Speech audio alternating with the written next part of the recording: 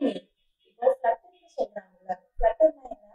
Flutter வந்து ஒரு programming language ஓகேவா. அது வந்து ஒரு ஓப்பன் சோர்ஸ் அண்ட் அது வந்து ஃப்ரீ டு யூஸ். பே பண்ண வேண்டிய அவசியம் இல்லை.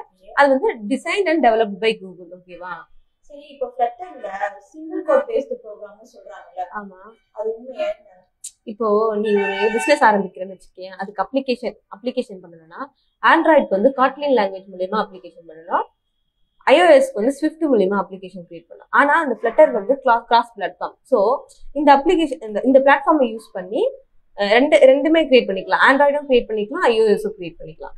சரி, இப்போ இந்த ஃப்ளட்டர் வச்சு ஏதாவது இப்போ நம்ம டே டு டே லைஃப்ல ஏதாவது அப்ளிகேஷன் பில்ட் பண்ணிருக்காங்களா? நம்ம டே டு டே லைஃப்ல யூஸ் பண்றோம்ல, ஜிபே, ஜொமேட்டோ, இது எல்லாமே வந்து ஃப்ளட்டர் மூலியமா கிரியேட் பண்ணது. அண்ட் இப்போ ஐபிஎல்ஸ்ல வந்து ட்ரீம் லெவன் சொல்லிட்டு இருக்காங்களா, அதுவுமே ஃப்ளட்டரால கிரியேட் பண்ணதுதான். Okay, okay, thank you.